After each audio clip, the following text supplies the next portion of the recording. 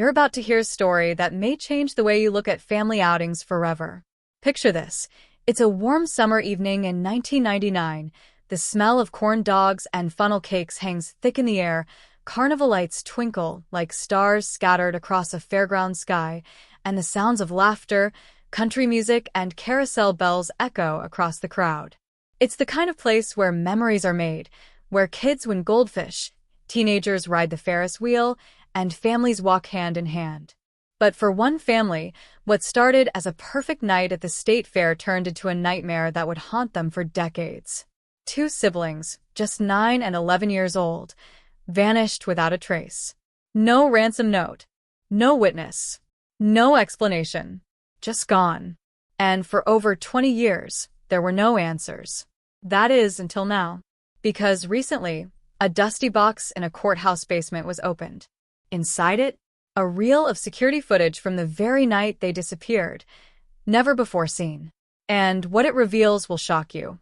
Now, if you're like most people, you probably think things like this don't happen in broad daylight, in public, surrounded by thousands of people. That kidnappings are quiet, hidden, secretive. But what if I told you that's exactly why this case went cold? That the very chaos and crowd you feel safe in might be the perfect cover for something much darker? I want you to stop for a second and think. How many times have you looked away at the fair, distracted by a game or food stand, assuming everything's fine? How many parents take that 1 second to tie a shoe, answer a call, or snap a picture? That's all it took in this story. 1 second. And 2 lives vanished into the night. It's a case that baffled detectives, broke a family apart, and left an entire town wrapped in fear. But now, after more than 2 decades, the resurfacing of this grainy 1999 security footage could finally answer the question that has haunted everyone who remembers the story. What really happened that night? And let me be clear, I'm not here to waste your time. I know the internet is full of rabbit holes, half-truths, and clickbait. But this is different. Because by the time we're done, you'll have the answer you came looking for. You're going to know what was on that tape. You're going to understand why it was hidden for so long. And more importantly, you're going to see how one tiny detail, something missed for over 20 years, changed everything. So please stay with me until the end. I promise you, it will all make sense. And what you discover might just change the way you see the world. I want to talk to you not just as a storyteller, but as someone who understands that nagging curiosity that won't let go. You clicked this video for a reason. Maybe you remember hearing about this case when it made national headlines back in the day. Maybe you've got kids of your own now, and this kind of story hits different. Or maybe you're like me, someone who just can't look away when a mystery starts unraveling.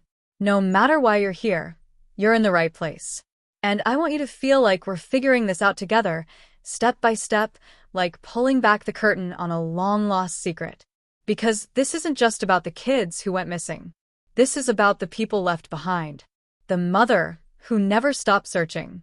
The police officer who lost sleep for years. The fair worker who said he saw something but was never believed. Every person in this story has something to reveal, and you won't believe how their paths all connect. From a psychological perspective, we all crave closure. That's what keeps unsolved cases living in our minds rent-free. It's not just the fear, it's the lack of resolution. The aching need to know. And that's what this story feeds on. That sense of unfinished business. That gnawing question, how does someone just disappear in a place that's supposed to be safe? This wasn't a deserted road or abandoned warehouse. This was a state fair in the heart of Iowa, packed with families and law enforcement. And yet somehow, 2 kids were taken right under everyone's nose. And for over 20 years, the only clues were whispers, rumors, and a handful of dead-end leads. Now, I know some of you might already be trying to Google the case, maybe trying to find the names, the footage, the outcome. But I'm telling you right now, everything you need is in this video. Everything. So don't click away. Don't miss the pieces we're about to put together. I'm going to take you back to the summer of '99. We're going to walk the fairgrounds, retrace the kids' last known steps, hear from the people who were there, and then we'll dive into the footage. Frame by frame. Because it's what's in the background, something almost invisible to the naked eye, that finally cracks this case wide open. But before we get there, you need to meet them. Josh and Emily Larson. A brother and sister with that kind of inseparable bond you only see in close families. He was 11, the protective older brother type, always looking out for his little sister.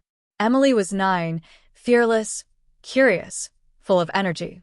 The kind of kid who'd run toward the cotton candy stand without looking back, knowing her big brother was just behind. They'd been to the state fair every year since they were toddlers. It was their favorite tradition, riding the tilt-a-whirl, trying to win stuffed animals, staying out late just to see the fireworks. Their parents, Mark and Dana, were just like any other hard-working couple from a quiet Midwest town, loving, careful, always putting their kids first. That night should have been just like all the others. But something went terribly wrong. At around 8:42 p.m., Josh and Emily were last seen near the prize booth by the main stage. Their parents said they were only separated for about 5 minutes. Just 5 minutes. But when they turned back, the kids were gone. At first, it seemed like maybe they'd just wandered off. The fairgrounds are big, after all. But within 30 minutes, panic set in. A full-scale search began. By midnight, local police had shut down the fair, and by dawn, national news was already picking up the story. Still, no trace. No clothing. No witnesses. No footprints. Just silence. And then, for years, nothing. The case went cold. The family moved away, hoping to escape the pain. Rumors spread, conspiracy theories took root online, and many people simply stopped caring. But one man didn't. Officer Ray Delgado, the original lead investigator. Even after the case file was closed, even after he retired, Ray kept digging. He believed there was something everyone missed. Something obvious, hiding in plain sight. And in 2023, during a renovation at the old county courthouse, a forgotten box was found. Inside was a sealed envelope marked Fairgrounds Unprocessed. It contained a VHS tape. Unlabeled. Undigitized. Never reviewed. Ray had the tape restored by a private lab. What he saw on it made his hands shake. Because for the first time in over 2 decades, he saw Josh and Emily again. Not in a memory. Not in a photo. But alive, moving, just moments before they disappeared. And standing just a few feet behind them was someone no one had ever identified. Someone who shouldn't have been there. Someone with a connection no one had even considered. Now, I know your mind's racing. You're wondering, who is it? What did the footage show? Was it a stranger? A family member? A fair worker? Trust me, every theory you've heard is about to be turned upside down. And in just a moment, I'll tell you exactly what Ray saw and how 1 second of blurry tape could unlock the entire mystery. But first, I want you to see it for yourself. Because once you do, you'll never look at a crowd the same way again. As the tape begins to roll, the screen flickers with that unmistakable static hum of an old VHS. It's grainy, discolored, almost ghost-like in quality. The timestamp in the lower corner reads, August 14th, 1999, 8:41 and 22 seconds p.m. You can barely make out the shapes at first. Throngs of fairgoers moving in every direction, lights flashing, shadows shifting. But then, about 20 seconds in, the camera settles for a moment on the crowd near the main prize booth. And there they are, Josh and Emily, just as their parents described. Emily is jumping excitedly, clutching a small pink plush bear. Josh stands behind her with a protective hand on her shoulder, glancing around the area like he's waiting for something or someone. In that moment, nothing seems out of the ordinary. But when the footage is slowed down and zoomed in, something emerges in the background. Just over Josh's shoulder, nearly blending into the dark edge of the booth, is the figure of a man. Medium build, ball cap pulled low, sunglasses at night. He's not with anyone. He's not buying anything. He's watching. And he's watching only them. Officer Ray Delgado paused the footage right there, staring at the frozen frame. He didn't recognize the man. No one in the original investigation ever mentioned someone like him. There was no eyewitness account that described anyone fitting his profile. Ray ran the image through facial recognition software, but the results came back inconclusive. Too blurry. Too distorted. But it was clear, This person wasn't there by accident. And if he was just another fairgoer, why hadn't he come forward after the kids vanished? Why wasn't he ever spotted again in any other angle of the footage? It was as if he appeared just long enough to see them, and then disappeared into the crowd. This discovery forced Ray to re-examine every detail of the original case, especially the people closest to Josh and Emily. The Larson family had always seemed like the picture-perfect small-town unit. Mark Larson worked as a regional sales manager for a home appliance company, often traveling around the Midwest. Dana, their mother, was a former schoolteacher turned full-time mom. To everyone in their Iowa neighborhood, they were warm, well-liked, and deeply involved in the community. But as Ray began re-interviewing people who knew them, he stumbled across something he hadn't heard before. In the months leading up to the fair, there were signs of strain in the family. Quiet tensions, financial stress. A few friends mentioned that Mark had been drinking more than usual and spending nights in hotels even when he wasn't traveling for work. Others noted that Dana had become increasingly withdrawn, even paranoid. One neighbor recalled seeing her standing outside with a flashlight late at night, scanning the backyard. When asked about it later, she shrugged it off as just a mom being cautious. But when Ray learned that Dana had installed new locks and a second security system just weeks before the fair, the timeline started to feel a little off. What was she so afraid of? And could that fear be connected to the disappearance? Adding to the puzzle was the children's recent behavior. Emily's teacher mentioned that in the weeks before summer break, Emily had started drawing pictures of a man with no face standing outside her window. When questioned, Emily simply said, "He's the one who doesn't want us to go to the fair." Josh, on the other hand, had become increasingly protective of his sister, even getting into a fight at school with a boy who tried to take her lunch. These weren't just isolated incidents, they were warnings. Red flags waving in plain sight. But no one connected the dots back then. Maybe no one wanted to believe that danger could exist so close to home. As Ray continued digging, he came across another detail that hadn't been properly followed up in 1999. On the night of the fair, a teenage fair worker named Tyler Benson reported something odd. He claimed he saw a man lingering near the lost and found trailer for over 15 minutes, just standing there, not talking, not moving. When Tyler approached him and asked if he needed help, the man allegedly walked away without saying a word. Tyler described the man as wearing dark clothing, possibly a maintenance badge, but he couldn't be sure. He was never interviewed again. It turns out Tyler moved to Arizona just days after the fair ended, following his parents in a sudden cross-country relocation. Some thought it was just coincidence. But now, over 20 years later, Ray began to wonder, was Tyler running from something he saw? Or worse, something he did? Then there was the issue of the maintenance crew. A quiet detail buried in the original police report revealed that 5 temporary maintenance workers were hired just days before the fair, none of whom had full background checks. The staffing agency that provided them went out of business in 2001, and their employment records were lost in a warehouse fire. Only 2 of the workers were ever properly identified. The rest? Paper names, fake IDs, untraceable. And suddenly, the theory that the kids were taken by a random drifter or escaped felon began to seem less like tabloid nonsense and more like a plausible lead that had been abandoned too soon. But what if it wasn't random? What if someone had been watching the Larson family long before the fair?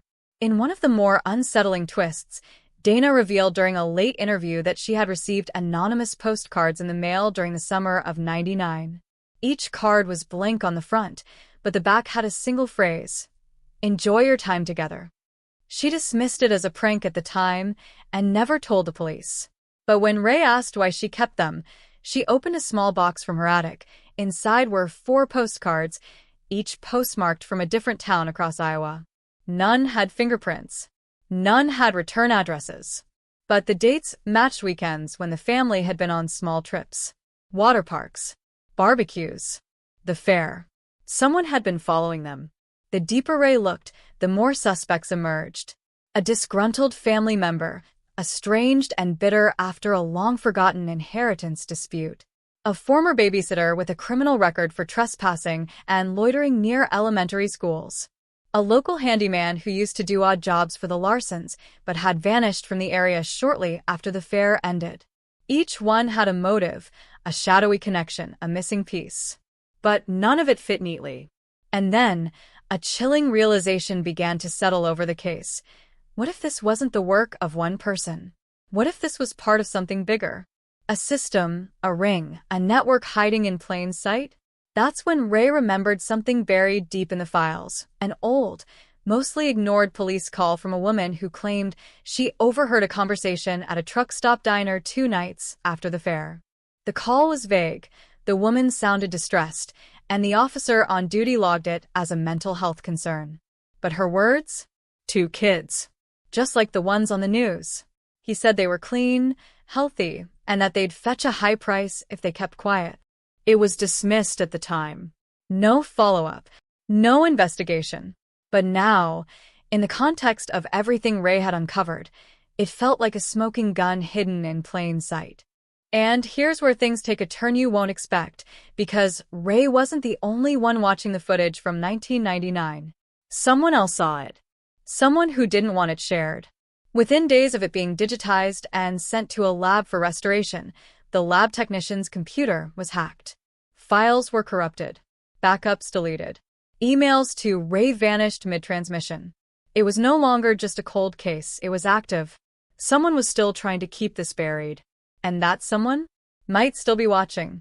Right now, you probably feel like the answers are just around the corner. That if you could just rewind the tape one more time, or zoom in another inch, you'd finally see the truth. But that's the trap of stories like this. The deeper you go, the more tangled it becomes.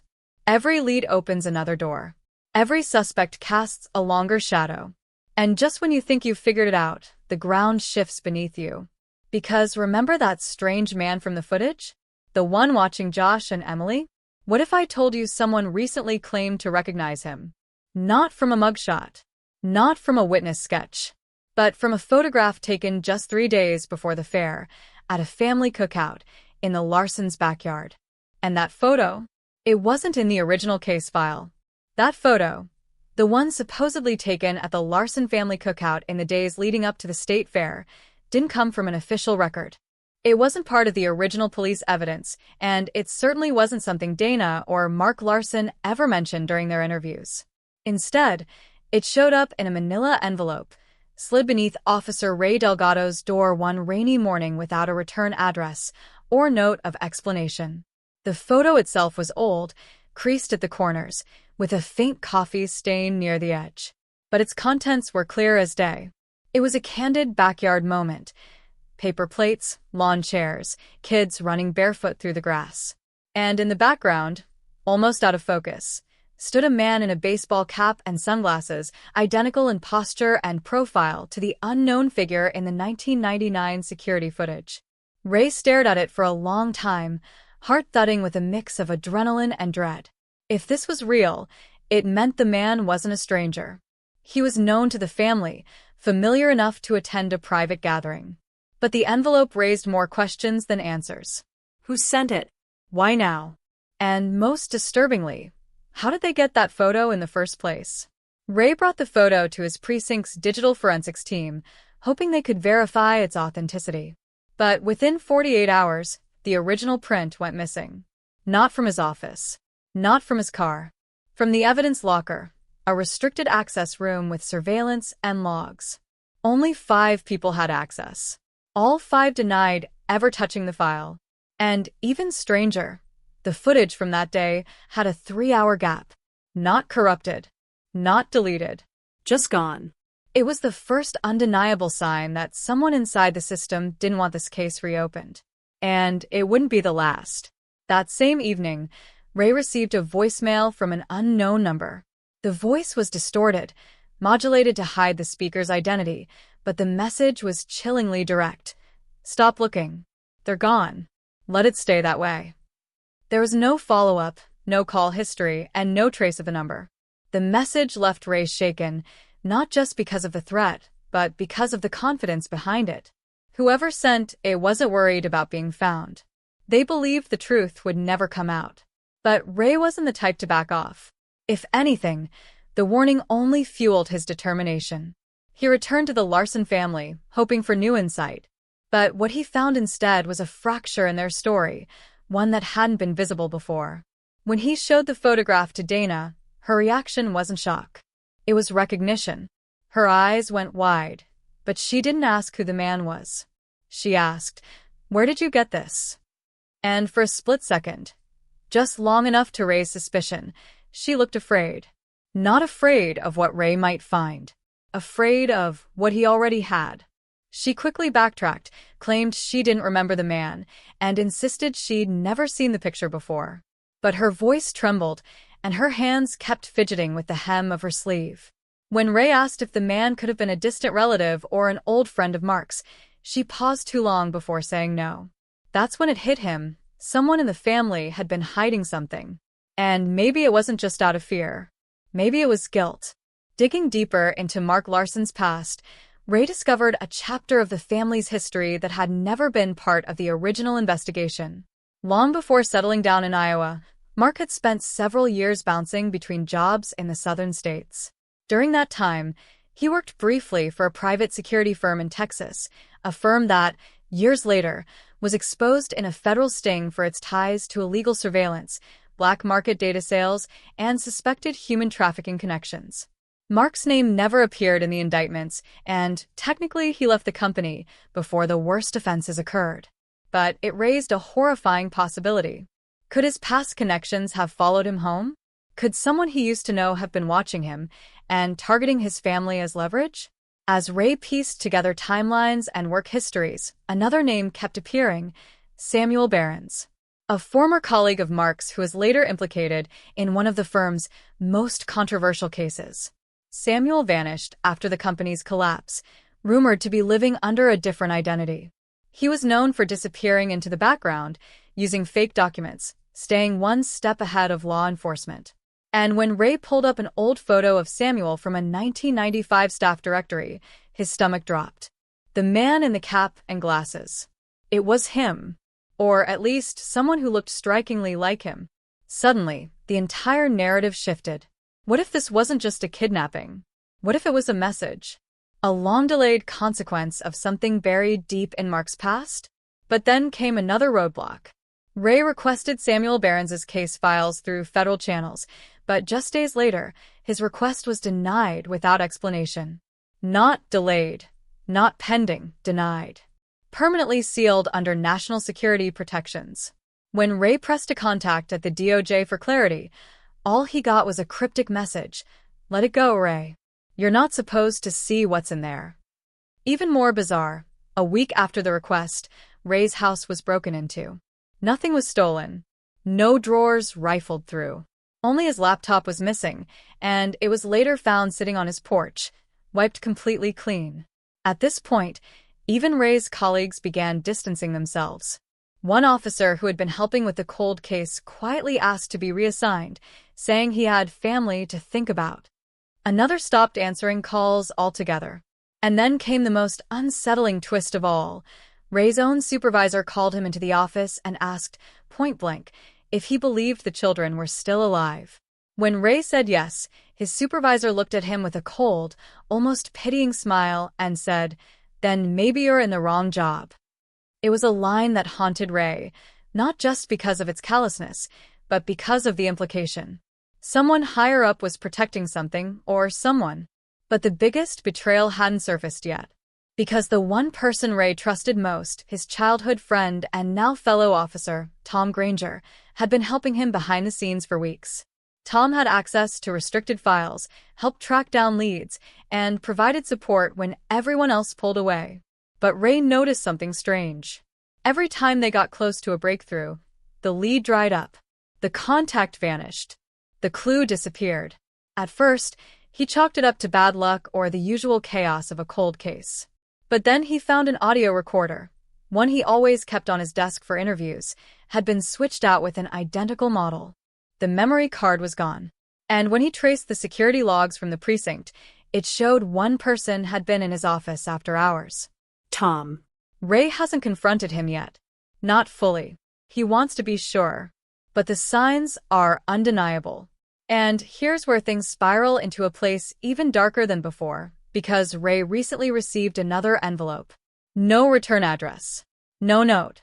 Inside was a new photo, one taken in a dimly lit basement or storage room. 2 cots. A chain on the wall. A child's drawing of a fairground tacked to the concrete with a rusted nail. And beneath the photo, the word still. Still what? Still alive? Still there? Still watching? Whatever it means, one thing is clear. Ray's no longer just investigating a cold case.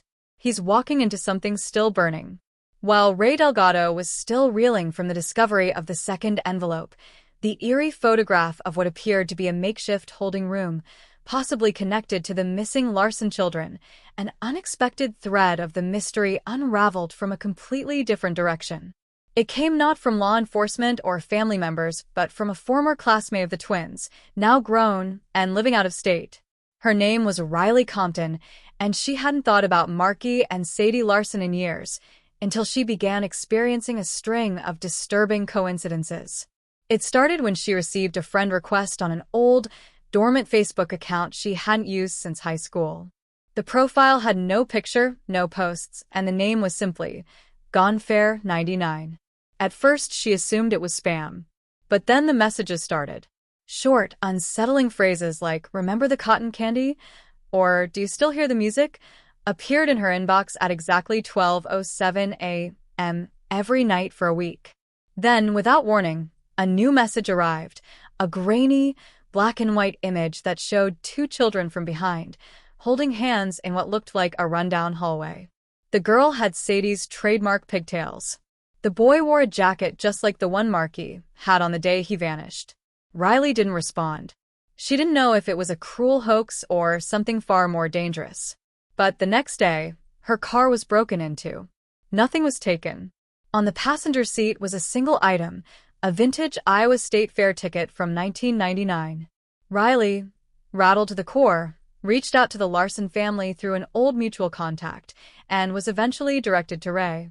She shared everything, her messages, the ticket, the Facebook profile, and Ray's heart sank as he examined the images. The handwriting on the back of the ticket matched that of the note he'd received in the first envelope. It wasn't just a match, it was identical. Someone was playing a long game. They were weaving threads of this mystery into the lives of everyone remotely connected to the twins, as if orchestrating a twisted performance meant to confuse, control, and terrify. Ray began to suspect that the person, or people, behind this had a deeper knowledge of the entire case than anyone realized. This wasn't random. It was calculated. And Riley's sudden involvement proved that no one was truly disconnected from what happened in 1999, not even people who had moved on and built new lives.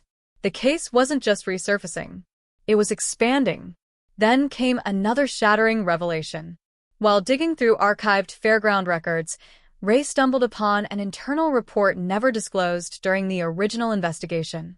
It detailed a strange power outage on the very night the Larson children disappeared, one that affected only the west side of the fairgrounds, including the security office and the camera feeds covering the children's area.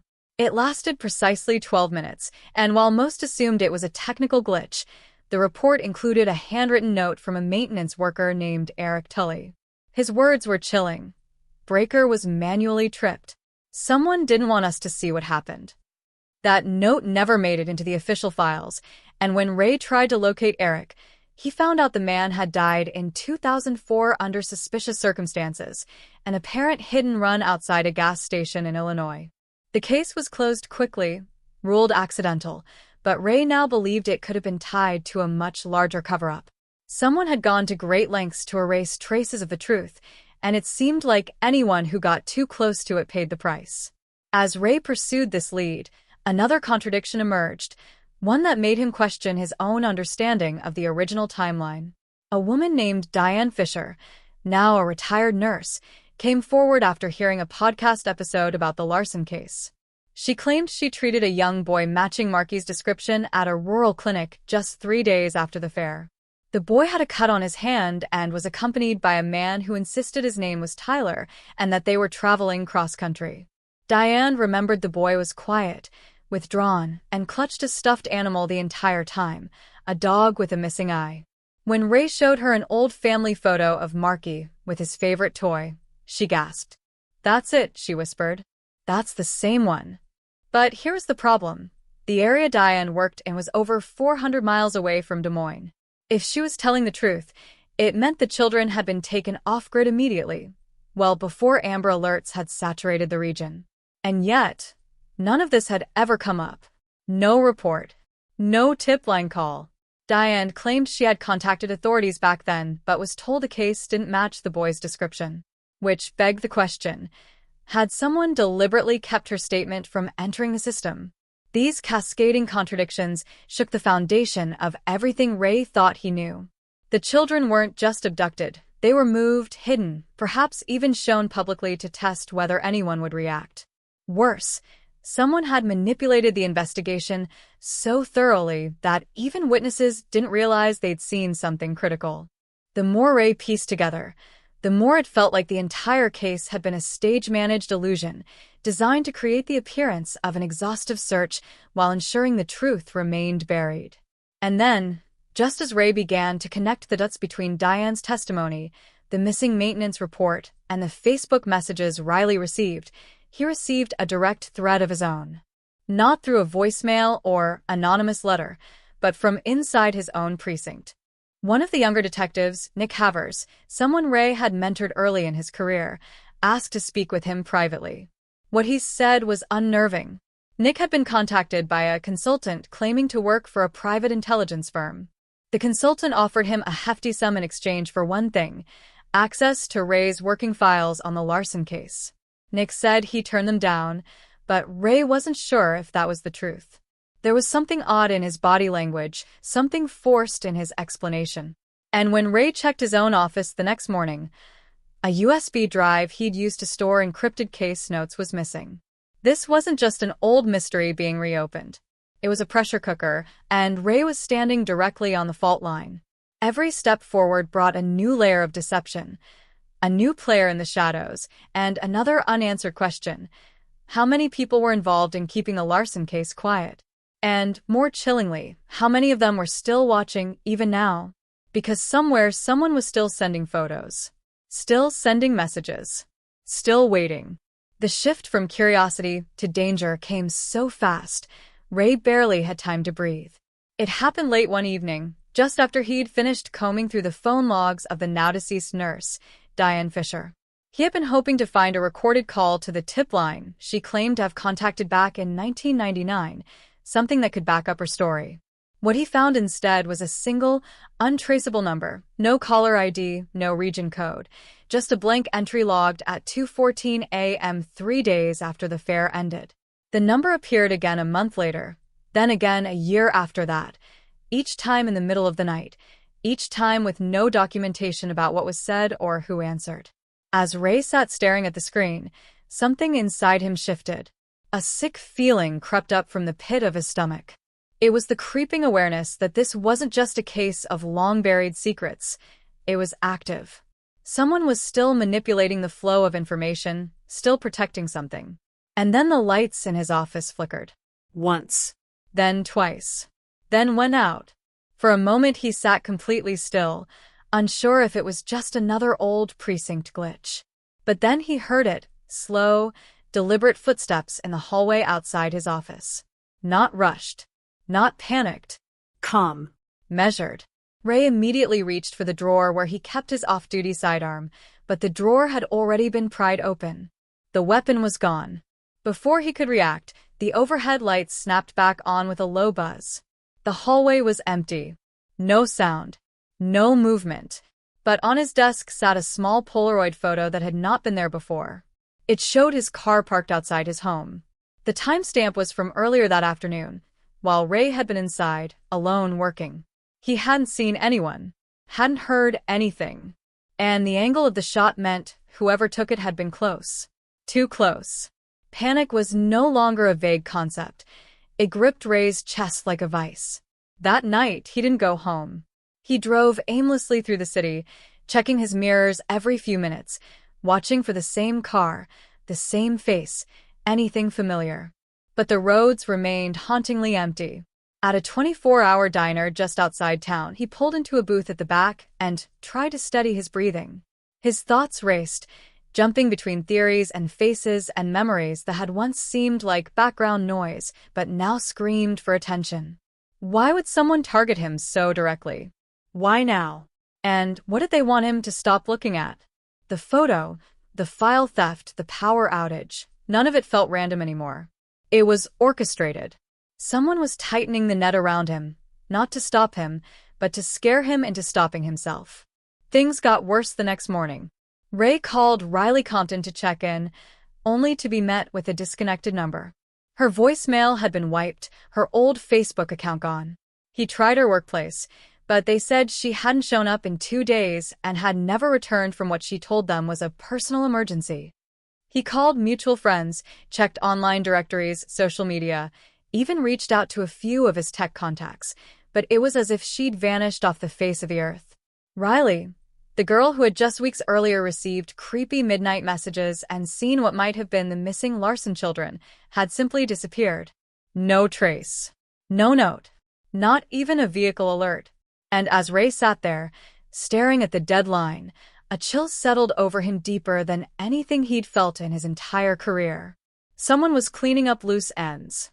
Riley had become a liability, and she had vanished without a sound. The emotional weight crushed him. Guilt twisted in his gut. He had involved her. He had pushed her to come forward. Now she was gone, and he didn't know if she was in hiding or if something much worse had happened. His hands trembled as he picked up the second Polaroid that had arrived at his precinct mail slot that morning. No envelope, just taped to his mailbox door. It showed Riley's house. Her bedroom window was lit, but the caption on the photo, scrawled in the same handwriting as the original envelope, sent a bolt of fear through his spine. Some people don't know when to stop. Ray's world narrowed. His breath turned shallow. His rational mind tried to find excuses. A prank, a coincidence, but his gut, the same instinct that had made him one of the most respected investigators on the force, screamed that none of this was coincidence. This was a warning, and it meant one thing. The children were never supposed to be found. Sleep became impossible. Every creak in the floor, every flicker of headlights outside his motel room window felt like a loaded gun waiting to go off. The paranoia began to eat away at his sense of logic. Was Nick Havers really trying to protect him, or had he been compromised? Were those calls from Riley really hers, or were they being staged by someone else? And why were there so many gaps in the original investigation? So many unexplained redactions, missing files, inexplicable omissions. Even the security footage that had recently emerged began to feel suspicious. Who found it? Why now? And was it authentic at all? Or had it been planted, meant to lure him deeper into a trap? Worse, Ray couldn't tell who to trust anymore. He went to visit the Larson parents under the pretense of updating them on the case. But while sitting in their modest kitchen, something felt off. A picture on the fridge, a candid of Sadie with her favorite stuffed bear, suddenly didn't match the one used in the original news reports. The bear was different. The stitching was newer. When Ray asked about it, Mark Larson stumbled through an answer, saying it was a replica they had made for memory's sake. But Ray wasn't buying it. He saw the flicker in Mark's eyes. The kind that says more than words ever could. A flicker that made Ray wonder for the first time, did the parents know more than they let on? That night, as Ray sat in his motel room staring at a wall covered in pins, strings, maps, and copies of old fairground layouts, the room phone rang. It wasn't his cell. It was the landline, the one nobody had the number for. He froze. Let it ring once. Twice. 3 times. Then he picked it up. There was no voice. Just a sound. A carousel. The slow, haunting music of an old fairground ride playing in the background. And then, a single line whispered so softly he could barely make it out. They're not who you think they are. And then silence. Ray's hand was ice cold as he set the phone down. He didn't know what the voice meant, but something in his chest told him he was closer to the truth than ever before, and it terrified him. Because what if finding the twins wasn't the end of the story? What if it was just the beginning of something far worse? Ray didn't sleep for 3 nights straight after that call. The voice, the carousel music, the eerie whisper telling him the twins weren't who he thought they were. None of it made any logical sense, and yet it sank into his mind like poison. He'd gone into this investigation assuming the Larson twins were the victims, and that whoever had taken them back in 1999 was the villain. That was the basic framework of any missing children case. But what if that framework was wrong? What if the entire case was flipped on its head? He didn't know what that meant exactly, but the voice had said it with such certainty, such cold confidence, that he couldn't shake it. Something deeper was at play here, something none of the files or news reports or emotional testimonies had even hinted at. And that was when the final missing box of evidence appeared. Out of nowhere. It was a quiet afternoon. Ray had returned to his motel room to find a dusty cardboard box sitting just inside the door. No note. No address. No fingerprints. Inside were old police documents, partially burned. There were dozens of Polaroids, some of the State Fair from 1999, but others that looked like they were taken after the date the children went missing. One photo stopped Ray's heart cold. It was Sadie Larson, unmistakably her, same crooked front tooth, same little scar above her left eyebrow. She looked older, maybe 12 or 13, wearing a school uniform and holding hands with a woman Ray didn't recognize. The photo was dated April 2005. 6 years after the Larson twins had supposedly vanished. Ray's breath caught in his throat. If Sadie had been alive in 2005, then the entire case had been a lie. A cover-up. Someone had made the world believe those children were gone forever when at least one had clearly survived. And the woman with her, who was she? A kidnapper? A caretaker? Or something else entirely? He searched the box for answers, but it only deepened the mystery. One of the documents was a psychiatric evaluation from a children's facility in upstate New York, filed under a different name, but the date of birth and physical description matched Samuel Larson exactly. Ray's mind reeled. Had the twins been split up and placed into hidden identities? Why would anyone go to such lengths to erase them from the world, unless their disappearance wasn't a crime of opportunity, but something orchestrated? He needed answers, and fast. With no official channels left to trust, Ray turned to the only person who might still have access to off-the-record intel, Nick Havers. The retired detective had been acting odd since the beginning, dodging calls and growing increasingly paranoid. Ray finally tracked him down at a veterans nursing home in South Carolina. Havers didn't look surprised when Ray walked in. He looked relieved. But what he said next cracked the entire story wide open. "You're chasing ghosts," Havers said quietly, eyes dark and tired. "Those kids, they weren't taken. They were extracted." Ray stared at him, trying to make sense of the word. "What do you mean extracted? Like a witness relocation?" "No," Havers said. "Not witnesses. Assets." The air turned thick, like the room itself was holding its breath. Havers explained that in the late 90s, an experimental government program was being tested under the guise of behavioral research, targeting children with specific cognitive markers. IQ, pattern recognition, emotional processing. The fairground, Havers claimed, had been one of several scouting grounds used to quietly monitor families and identify kids who might qualify. The Larson twins were flagged early. Their father, Mark, was approached discreetly, not told the truth, just fed a vague story about a scholarship or research program. Havers didn't know the full details, but he knew this. By the time the fair ended, those children were already gone. Not missing. Moved. Ray wanted to throw up. Everything. The pleas from the family, the viral online posts, the weeping interviews on national news, had been a performance. A smokescreen. And if Havers was right, the people orchestrating this had government ties so deep and classified that the truth would never survive in the daylight. But then came the most devastating blow. Havers pulled out an old manila envelope and slid it across the table. Inside was a birth certificate Ray's. Only the last name wasn't the one he'd grown up with. It was Larson. And the father's name listed? Mark Larson. Ray's stomach twisted as the room seemed to spin beneath him. "No," he muttered. This can't be real." But Havers nodded solemnly. "You always wondered why you were so drawn to this case. Why the details haunted you. It wasn't just guilt. It was memory. Buried. Blocked.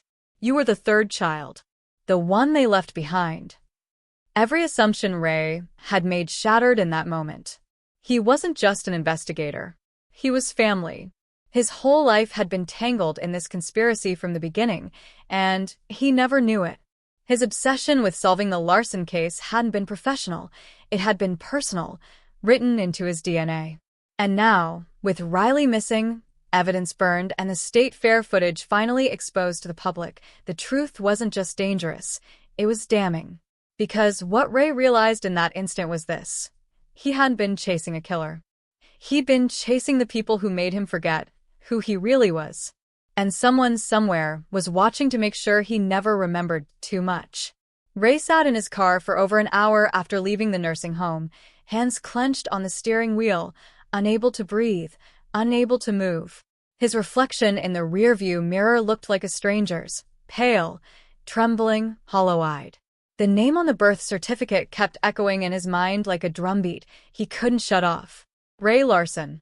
He kept trying to rationalize it, to dismiss it as a forgery, a trick, some cruel hoax designed to throw him off. But deep down, his gut screamed that it was real. The flashes he dismissed as déjà vu, the warm scent of kettle corn, the rusty screech of the carousel, a little girl's laugh followed by a sudden silence. All those fragmented memories he thought were just tricks of the mind now felt like pieces of a puzzle he wasn't supposed to solve. He hadn't just stumbled into the Larson case, it had always been part of him. Someone had gone to extraordinary lengths to wipe his history clean, to place him in a different home, a different life. And now, with that truth clawing its way back into the light, Ray knew there would be consequences, devastating ones. He drove to his childhood home, the one he thought he grew up in, to confront the only people who might have answers, his adoptive parents. As soon as his mother opened the door and saw the look on his face, she started crying. Before Ray could even speak, she reached into the kitchen drawer and pulled out an envelope, worn and creased at the edges. "I always knew this day would come," she whispered, handing it to him. Inside were 2 letters. One was addressed to Raymond Larson, postmarked in 2000, never opened. The other was a handwritten confession from his adoptive father, who had died years earlier, explaining everything. A government official had approached them in late '99, offering a large sum of money and protection in exchange for raising a child. There was no adoption process, no paperwork, just a contract they were told never to speak of. Ray's real parents had volunteered him for the program, but something went wrong. He had been pulled out of the selection at the last minute.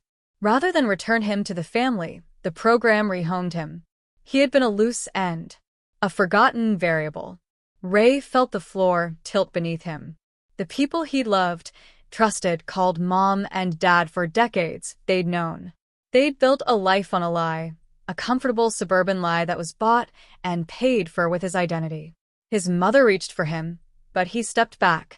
Every part of him wanted to scream, to demand why, to force her to admit she had traded a child's life for safety and silence.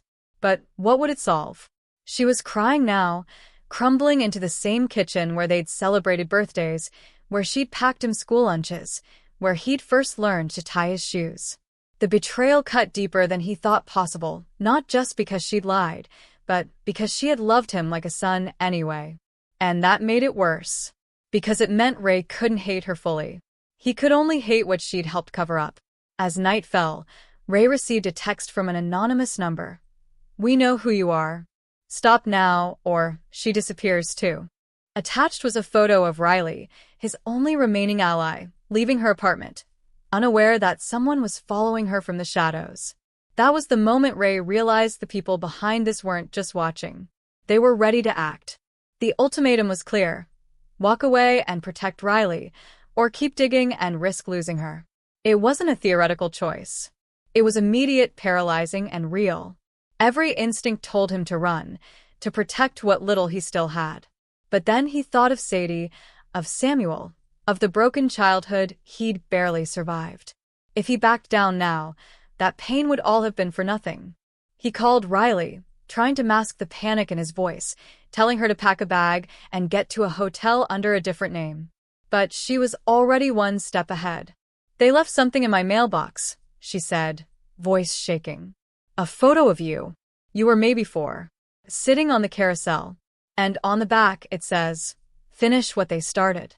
Riley wasn't just a bystander anymore. She was part of it now, pulled into the same conspiracy that had swallowed the Larson twins and Ray, and who knows how many others. Suddenly, the stakes were no longer about finding the truth. They were about surviving it. Because Ray wasn't just chasing down a mystery anymore. He was becoming a threat to the people who had spent decades burying it, and threats had a tendency to disappear. Every move he made now had to be calculated. Every conversation might be monitored. And yet, even with all that fear bubbling in his chest, one thing had become crystal clear. The only way out of this was through. But as he stared at the old photo again, his young face, frozen in time, Ray began to question one final terrifying possibility. What if this wasn't just about memory loss? What if there were things he'd agreed to forget? Ray barely slept that night, his mind racing, trapped between fragments of memory and a terrifying sense of inevitability. He stared at the ceiling of the cheap motel room where he and Riley had holed up, the glow from the parking lot lights casting long, trembling shadows through the curtains. The silence between them was heavy. She sat curled on the edge of the bed, clutching the photo that had been stuffed into her mailbox, like it held the answers neither of them could put into words. For a brief moment, they were just two people caught in the tide of something far beyond them. But they both knew the time for silence had passed. The next move had to come fast before someone made it for them. Ray remembered a storage unit his adoptive father used to keep. He hadn't thought about it in years, but something about that handwritten confession had made him think there might be more he'd never seen. He and Riley drove across town in silence, adrenaline overriding exhaustion. When they arrived, the place was half abandoned, a rusted gate creaking open under their weight. Inside the storage unit, buried under layers of dust and boxes filled with old tax records and holiday decorations, was a briefcase wrapped in duct tape. Inside, Ray found dozens of photographs, maps, and documents, blueprints of the state fairgrounds dated back to 1998, pages with government seals half scrubbed away, and a worn VHS tape labeled simply, Protocol 42. They scrambled back to the motel and borrowed an old combo TV with a VHS player from the front desk. The footage was grainy, but clear enough to chill them both to the bone. It was surveillance from 1999, not just of the Larson twins but of nearly a dozen other children. Faces circled in red ink, timestamps in the bottom corner, each video ending in a sudden cut to black just as the child wandered out of frame. Some of them matched names Ray had seen on the documents. Missing persons cases that had never been solved. It wasn't just the Larsons. They were one of many. It was a program. A pilot study run in secret through a defunct department inside a federal agency, long since renamed and quietly dissolved. The goal wasn't just observation, it was behavioral control, memory alteration, testing the boundaries of identity reprogramming. Children were taken, observed, sometimes returned, sometimes not. It had operated under the guise of public safety research, but what Ray saw was closer to psychological warfare. And his role in it was far darker than he had imagined. Suddenly, everything clicked. The flashes of memory, the sense of being watched, the veiled threats. It wasn't paranoia. He hadn't just stumbled into this story by chance. He had been a test subject, and maybe still was. The betrayal came next, swift and sharp like a blade. Riley stepped outside to get fresh air while Ray continued digging through the files. That's when his phone buzzed with a new message from the same anonymous number as before. But this time it was a video. Riley, sitting in a cafe, laughing.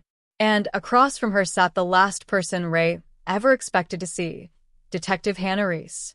The same detective who had first encouraged Ray to look into the Larson twins. The same woman who had claimed to be working the cold case off the books. She wasn't just involved, she was embedded. A handler, or worse, a recruiter. Maybe she'd been steering Ray the entire time, nudging him toward what they wanted him to see, manipulating his investigation to keep him from the real truth. When Riley returned, Ray confronted her. The pain in his voice cut through the air. "How long have you known?" he asked, barely above a whisper. Her face went white. "I didn't know she was part of it," she said. "She found me after I posted that forum thread about your case. She said she wanted to help. I thought she was trying to protect us." But Ray could see it in her eyes. She had doubts, and she hadn't said anything. Whether it was fear or denial, it didn't matter now. The damage had been done. Riley had unwittingly invited the enemy in. They were no longer just two people chasing a forgotten mystery. They were targets. And every step they took from here on out would be monitored. The window for escape was narrowing. Fast. As they packed their things, preparing to leave the motel behind for good, Ray found one last piece of evidence at the bottom of the briefcase, a list. A list of names, followed by locations, dates, and cryptic notations in code. Some names were crossed out. Others had stars next to them. But what made Ray freeze was the very last name on the list. Raymond Larson. Status: active. The word sent a wave of nausea through him. He hadn't escaped the program. He was still in it. They reached the compound just after midnight. It wasn't marked on any modern map, tucked deep into the shadowed forest near the outskirts of a forgotten town in upstate New York. The trees hung low, almost intentionally shielding what lay ahead, as if even nature conspired to keep it hidden. What had once been a federal research facility now sat behind layers of chain-link fences, rusted security cameras, and a padlocked gate bearing a seal that had long since faded into ambiguity. Ray's hands trembled as he slid the bolt cutters through the metal links. Riley kept watch from the car, her eyes darting from the road to the tree line, half expecting headlights to appear and wash away their slim window of opportunity. But no one came. The world outside remained still, too quiet, as if holding its breath for what was about to unfold. Inside the facility, everything had been left almost perfectly preserved, frozen in time. Paper files still lined filing cabinets, yellowed and curled at the edges. Clipboards sat atop desks, the names of children typed neatly at the top, most of them familiar now, including his own. Ray moved like a man possessed, knowing he was steps away from answers that had eluded him for decades. He pushed open a steel door marked Protocol Room, the same phrase that had haunted him since the VHS tape. And there it was, rows of monitors, tape reels, and hard drives blinking to life under dim emergency power. He inserted one of the recovered drives into a terminal and waited. Lines of code flickered across the screen until a familiar logo appeared, followed by a login screen already filled in. As if it had been waiting just for him. The video began with no sound, but the images were unmistakable. Children being guided through tests, lights, sound, symbols, then led into isolated chambers for extended periods. Doctors with blank expressions monitored their behavior, taking notes as the children showed signs of confusion, distress, and eventually compliance. One by one, they were released, returned to society, their memories wiped or altered. But the file Ray found next chilled him to his core. It wasn't just about the experiments. It was about control. The program had evolved beyond testing and into implementation. Some of those kids had grown up unaware of what they were trained for. They were now embedded across the country in law enforcement, government, even education. Sleeper influence deployment, the file read. Secondary activation pending.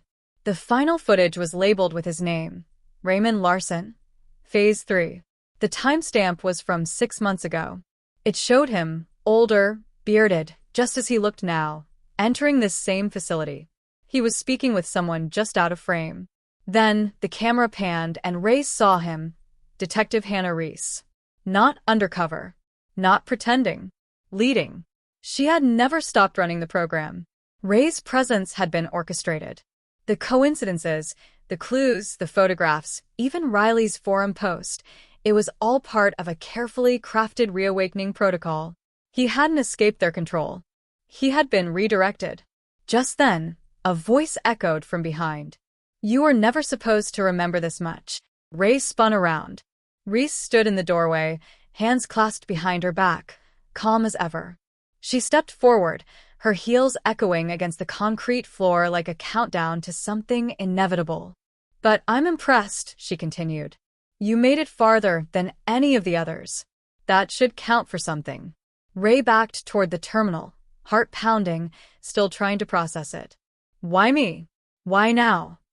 Reese's smile was faint but chilling. Because you're the failsafe. You're not the subject, Ray. You're the observer. You were designed to believe you escaped, so that if this project ever unraveled, you'd track it, expose it, but only what we wanted seen. You're the controlled burn.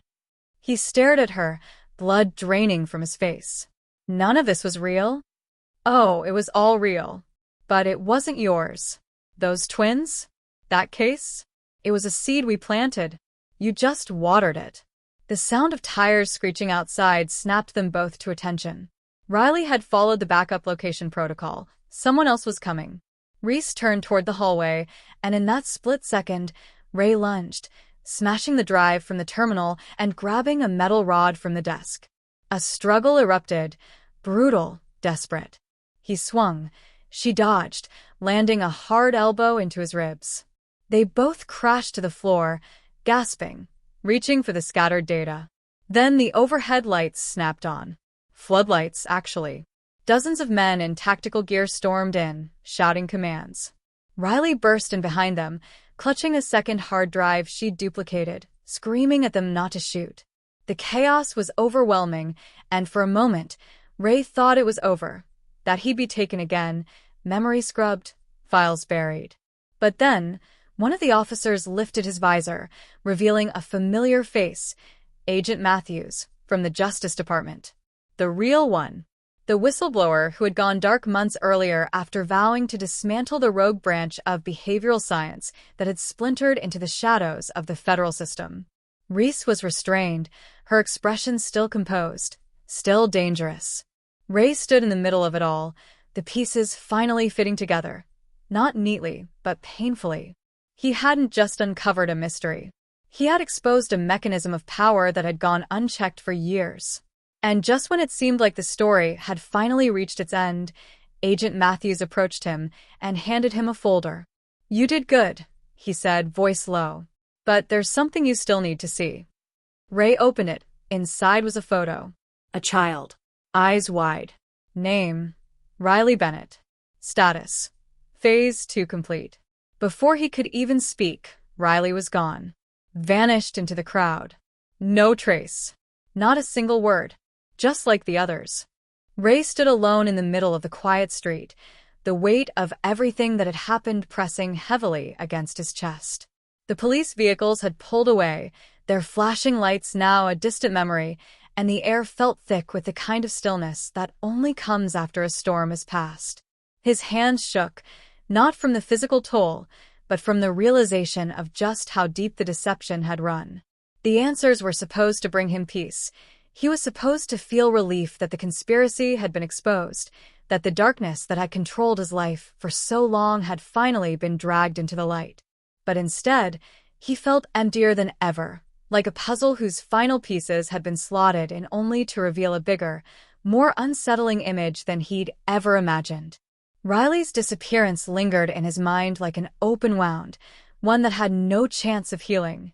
Agent Matthews had given him the folder, a final piece of the puzzle that offered no resolution, just more questions. The truth was brutal, its implications stretching far beyond anything Ray had imagined when he first started his search.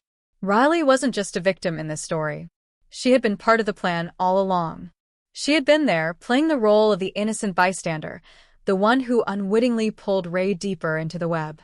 But the revelation that she, too, had been manipulated, that she, too, had been one of the projects, left him feeling hollow. How much of it had been real? Was anything real?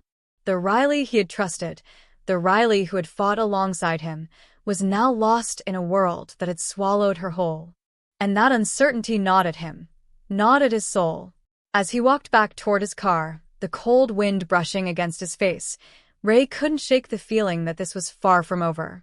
The files he had uncovered had painted a picture of something much larger than a group of rogue scientists and government agents. This was systemic. It was embedded. It was part of the fabric of society, a shadow lurking just beneath the surface of everyday life. He had been given the truth, but the more he thought about it, the more he realized how little he actually knew. What about the other children? What about the people who had helped him along the way, people who now seemed to be just as much a part of the conspiracy as those who had worked against him? Were they all actors in a grand, orchestrated play? Was it even possible to trust anyone at all anymore? The car's engine hummed to life as he pulled out onto the road, the headlights cutting through the night.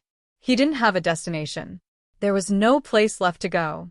But as the road stretched before him, one thought kept pushing its way to the forefront of his mind, one question that refused to let him go. Had Riley been a part of this from the beginning? Was she always meant to be the one who led him to this final discovery? The drive, the tapes, the clues, they had all been carefully designed to bring him to this moment. But if that was true, what did it mean for his own future?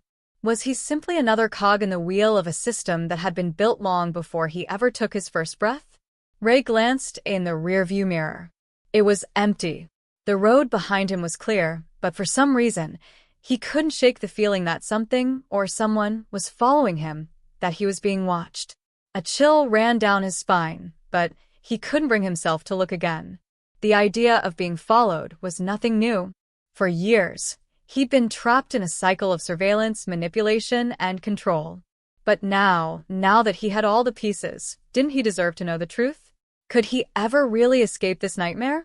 Ahead of him, the city's skyline loomed, its lights flickering like stars in the distance, beckoning him toward a future that seemed both uncertain and inevitable.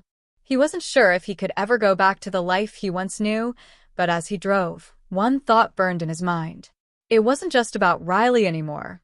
It wasn't just about uncovering the truth of what happened all those years ago. It was about the people he had lost, the people who had been left behind in the wake of this conspiracy. And maybe, just maybe, that was the only real thing worth fighting for. The road ahead seemed endless, as though stretching into a future that had no clear end, no destination. And just as the headlights began to blur, a new thought hit him, one that turned his stomach. What if there were others out there? What if there were more like Riley, more sleeper agents embedded within society, just waiting for the signal, waiting to be awakened? Ray slammed his foot on the brake as a car appeared out of nowhere, almost colliding with him. The street was deserted, yet in that moment, he felt the familiar presence of something just beyond his reach. The truth. The truth he had uncovered, yes, but also the truth that still eluded him. As the lights from the other car blurred in his vision, one final question hung in the air, unanswered. How deep did this go, and who, if anyone, could be trusted to help him navigate the storm that was sure to follow? The screen went black. And then, the faintest sound echoed from the darkness. A child's laugh. The story wasn't over. Not by a long shot. End.